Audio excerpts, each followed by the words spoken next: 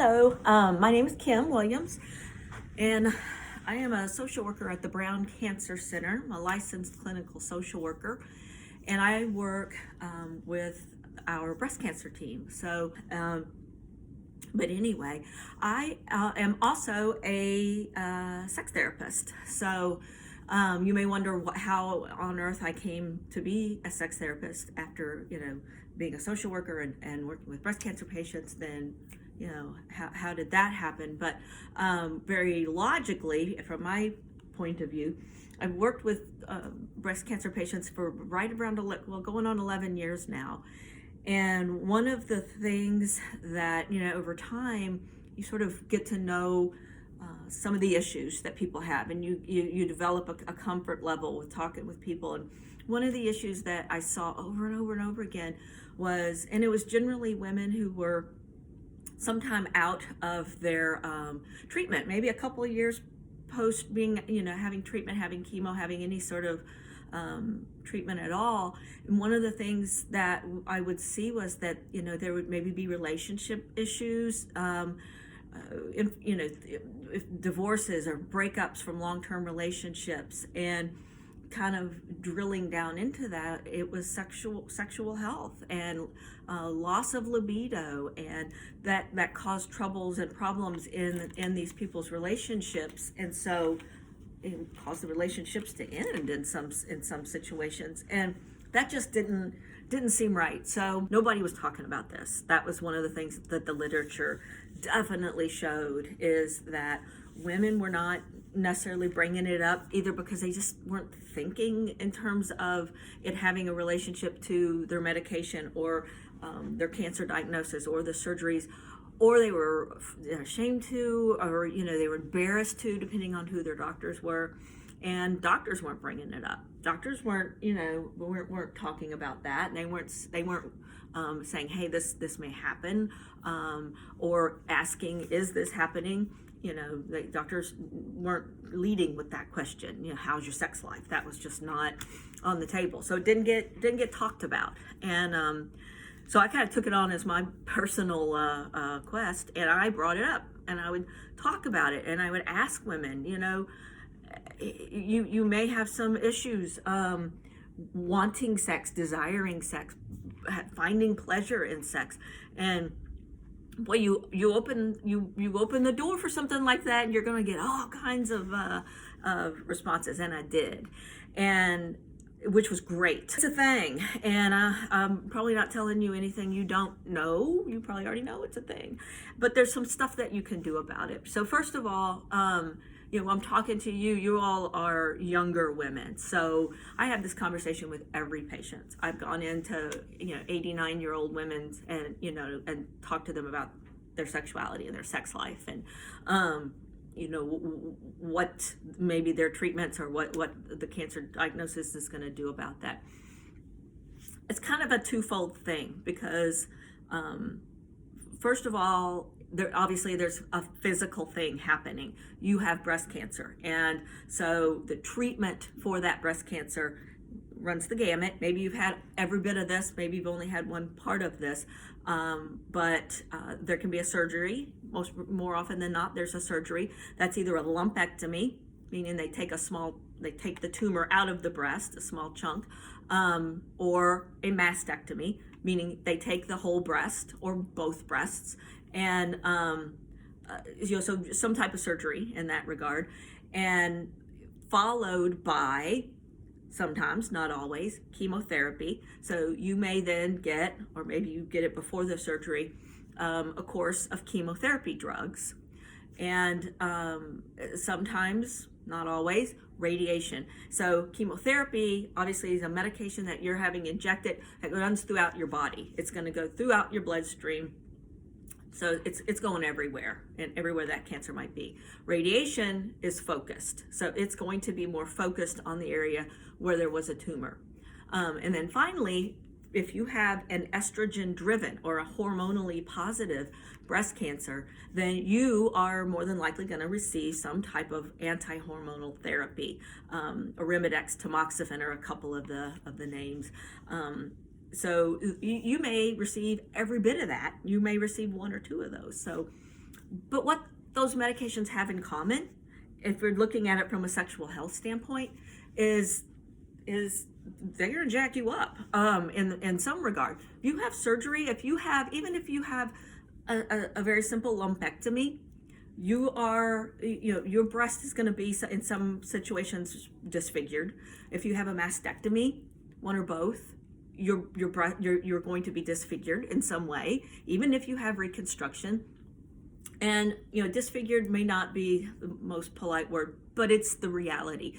Even if you have double mastectomy and complete reconstruction, you have still had an amputation of your breasts, and what you're going to be left with is nothing like what you went in with.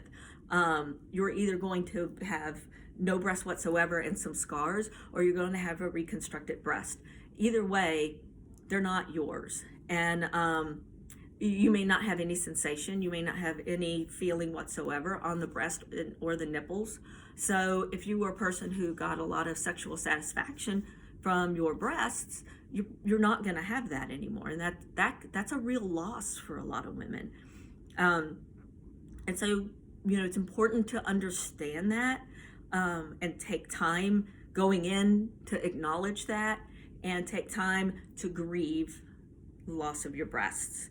For a woman, our breasts are they're what makes us a sexual being in a lot of ways. They are very much bring us pleasure. If you've had children and if you've breastfed your children, there's that nurturing component that our breasts are for us. And to lose them is very significant. And I think a lot of times, if you've gone through this, if you've had a mastectomy, you may have at one point heard, "Oh, that's okay. Just have them take them off. You'll get bigger ones. You'll get better ones. Oh, they'll be so much nicer." And that people will say that in an effort to make you feel better. I find that really offensive. People just don't get it, that losing your breasts is that significant to you as a woman, to you as a person, as a nurturer, as a lover, all of those things. So just acknowledge that. It's hard to re-look at yourself, particularly if you've had mastectomy and decided not to do reconstruction. You have to kind of get to know your chest and your breasts and who you are without those. It's a loss. It's a real loss. The other thing that the treatment that we do for women to help with the breast cancer, to combat the breast cancer, is the chemotherapy. And it can be pretty harsh. Those of you who've gone through it know. And it just makes you feel bad. It makes you not feel like you want to be intimate. So you lay off of it. You avoid it, and maybe you don't initiate it if you were someone who did that. And so there's that period. Normally chemo lasts about, I don't know, anywhere from 3 to 6 months, say. So you get a pass a lot of times if you're in a committed relationship. You kind of get that. Well, I won't push it right now, but there's usually this laying off of that. If you have a hormonally driven breast cancer, and then you are, after your other treatments, you're given an anti-estrogen pill, that can kind of be where things really start to connect, that something might not be right. This is not everybody. Some people breeze through this stuff and they don't have those kind of issues. But what a hormonally positive cancer means is that the tumor in your breast was basically fed by estrogen and progesterone. So what the doctor does by giving you this anti-estrogen pill is takes away all of that estrogen, okay? So even if you've gone through menopause, even if you had a hysterectomy early in your life and had your ovaries removed, and you think, well, it's no big deal, I had that done 10 years ago, you still make estrogen through fat and bones and tissue in your body, even if you had gone through menopause or had a hysterectomy. Your body still makes estrogen. what this anti-estrogen does is sucks that down to nothing. So no estrogen.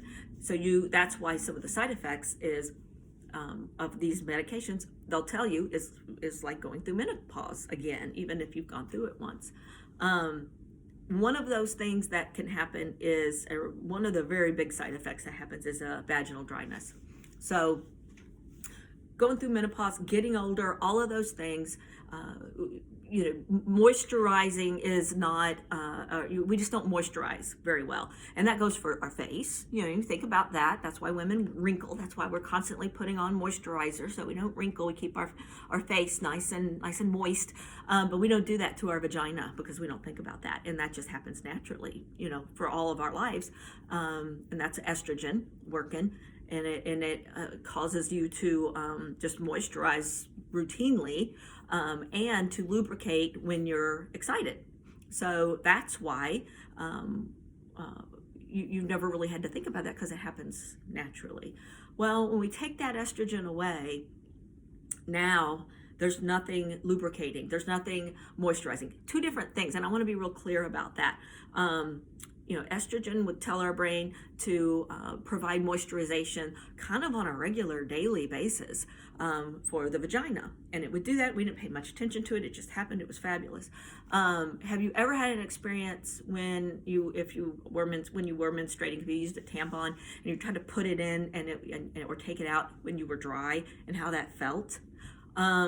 That's the same thing when the body stops providing that moisturization. The vagina gets very dry, and there's nothing that is gonna turn that back on. No amount of excitement, no amount of foreplay will cause cause you to lubricate. So two different things. We moisturize on a daily basis or on a regular basis because the estrogen tells our body to. Well, that stops because we have no estrogen. So we had to find ways to do that ourselves. And there are some products, and I think the list that I've provided has some of that stuff on there. There is some over-the-counter ones. The biggest one I think is Replens that you can get over-the-counter. It's a vaginal moisturizer, not a lubricant. Has nothing to do with sex. This is something that you use every few days. Again, it's like after you wash your face, you put on lotion, moisturizer on your face. Now you have to, every couple of days, you have to put a moisturizer in your vagina because nature ain't doing it no more. The other thing is then what we're all used to when we're young and, out and about is if you get excited, if you see something erotic, if your partner touches you in a certain way, you get wet, you lubricate. And it's this whole system of, oh my gosh, I see this, I hear this, he says this, she smells this way, whatever, and it makes me excited, and that excitement just keeps going, and eventually I get turned on, and part of that getting turned on is I get wet. I mean, that's that whole cycle. Think through the last night you had a really good experience. And you can think about that. And there was that moment where you were just like so turned on, and that lubrication is a part of that. That's estrogen. So if you have no estrogen, you can still be turned on. You can still be excited. You can still love the smell of that person or the sound of their voice and really want them and feel so happy, but you're not going to get wet. That's nobody's fault. It's just a physical reality at this point. So, lubricant, KY jelly, whatever type of your favorite type of lube, you should be careful because you don't want anything with estrogen in it. That's why the Replens is doctor stamped, no estrogen. KY jelly, Astroglide, there's some. You just want to be careful. You don't want any kind of estrogen. I would stay away from smells and tastes and flavor, any of that, just plain old lubricant. Those are some of the physical repercussions, the physical realities, and some fixes. And you think, oh, easy peasy. Okay, I'll go on. Happy sex life. It isn't, because then you get the emotional part of things, that I'm not the person I used to be. I'm not feminine anymore. If you stand in front of the mirror and you look at your breasts and I'm not a woman anymore. I don't, all of those things that we tell ourselves, which aren't true, but we sure feel them. And when you feel them like that, it doesn't matter whether they're true or not. So you have to get to know your body again and take that back and reclaim it. And if that's spending time self-pleasuring, finding how, where new spots are that you like to touch on your chest, what makes you feel good, talking to your partner if you have a partner, or being open with dating partners if you're dating, about what makes you feel good and how your responses may be different now. Particularly when we have a partner, you get into a script, kind of, here's the dance we do, he calls at noon and says, oh, why don't you open a bottle of wine tonight before I get home, and da-da-da, and so that's the code word, or whatever your code word is. Maybe it's he calls and says, oh, I have had a long night, I need you to rub my back when I get home, whatever it is, but that means we're gonna have sex, it's whatever that is. Or if he looks at, she looks at you across the room, or she touches you in a certain way, okay, here we go.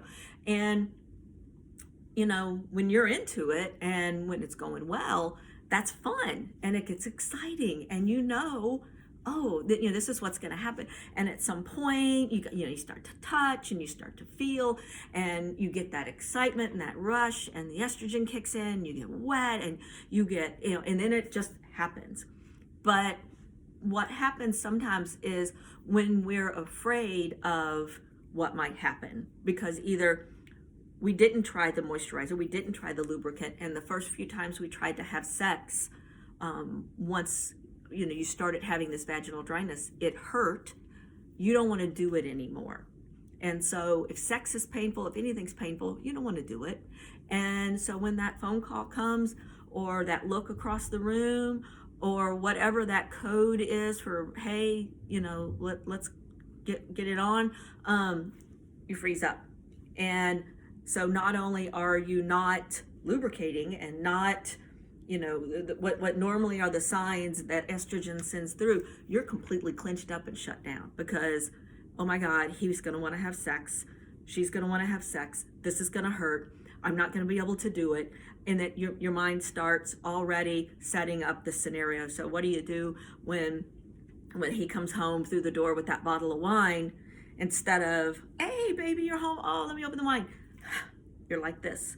And maybe the cold shoulder, literally, maybe, oh, I don't feel good, I have a headache, but you avoid that. And this person probably doesn't understand what that's about, why you're avoiding them, so they're going to internalize that as, I don't turn her on anymore, I don't excite her anymore, she doesn't love me anymore. And so that's where, fast forward a few years, I see you for a follow-up, and you're having trouble in your marriage, and things aren't going well, and if we could track it back, it might have been as simple as when you first had your surgery, somebody coming in, Kim the sex therapist, coming in and say, you've just had breast surgery and you're having chemotherapy and you're going to be on this anti-estrogen, these are some things that might happen. You might really not like the way you look in the mirror. It's going to take some time for you to figure that out. You may have vaginal dryness and sex is going to be painful. And here's what we can do to keep that from happening. You may not want to be touched for a while, and that's okay. Penetrative sex is not the end-all be-all. If someone said that to that person early on, it may not have gotten to the point where it is a relationship issue a year or so down the road. So that's a whole lot of information.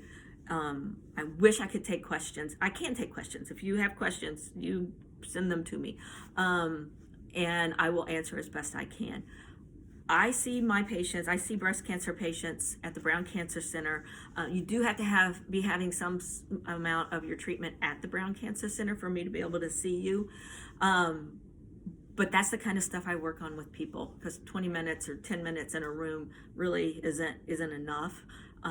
So I see sometimes 4 and 5 visits with people to sort of pick back through that, looking at yourself, that body image type stuff. How do we sort of go back and reverse some of that?